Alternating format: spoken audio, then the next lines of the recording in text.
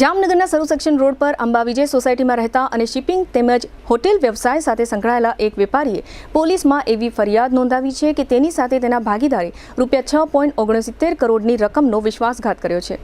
જામનગરના CTC division police સ્ટેશનમાં રાકેશ બારાઈ નામના વેપારીએ આ ફરિયાદ આરોપી વિજય નારંગ વિરુદ્ધ કરી છે।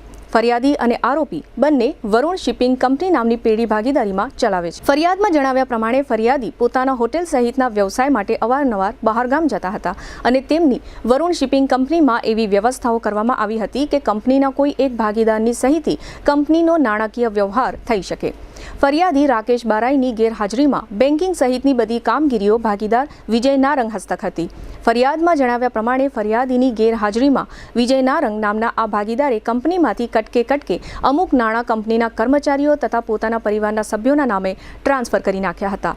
આ ઉપરાંત કંપનીના કર્મચારી ન હોય એવા કલ્પેશ જડિયા અને પૂજા જડિયાના નામના બેંક ખાતા પણ વિજય નારંગ દ્વારા ખોલાવવામાં આવ્યા હતા। ફરિયાદીની ગેરહાજરીમાં આરોપીએ ધીમે ધીમે કરીને 2020 થી 2024 દરમિયાન કુલ ₹6,69,14,605ની રકમ આ બધા ખાતાઓમાં ટ્રાન્સફર કરીને પોતાના ભાગીદાર એવા રાકેશ બારાઈને ₹7.5 કરોડ જેવી રકમનું બૂચ મારી દીધું છે।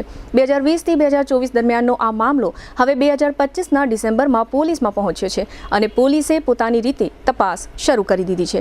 આ સમગ્ર ફરિયાદ અંગે ગ્રામ્ય DYSP રાજેન્દ્ર દેવદાએ આપેલી વિગતો પ્રસ્તુત છે। જામનગર જિલ્લાના CTC પોલીસ સ્ટેશનમાં ગત રોજ એક ગુનો દાખલ કરવામાં આવ્યો છે। તેમાં ફરિયાદી શ્રી રાકેશભાઈ મણીલાલ બારાઈ લુહાણા દ્વારા વરુણ શિપિંગ ફર્મના તેમના જ ભાગીદાર વિજય મનોહરલાલ નારંગ નાઓએ તેમના ફર્મના નાણાં પોતાના પરિવારના સભ્યો ના એકાઉન્ટમાં નાખી અને ઉપાડી લઈ અને સગે વગે કરેલ હોય તેમને આ ફર્મના પૈસાની ઉચાપત કરી અને વિશ્વાસઘાત કરેલ હોય તે મુજબની ફરિયાદ આપતા ગુનો દાખલ કરવામાં આવેલ છે।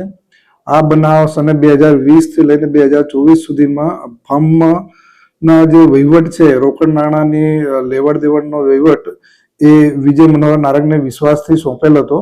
તેઓએ આ બાબતે વિશ્વાસઘાત કરી અને કુલ ₹6,69,14,605 તેઓ ભાગીદાર શ્રી ફરિયાદી રાકેશભાઈ મણીલાલના જાણ બહાર ઉપાડી અને પોતાના પર્સનલ યુઝ માટે લઈ લીધેલ હોય તેમના વિરુદ્ધમાં જૂની IPC કલમ 409/506(2) મુજબનો ગુનો દાખલ કરવામાં આવેલ છે। હાલ આ ગુનાની તપાસ PI શ્રી CTC NB ડાભીનાઓ કરી રહેલ છે।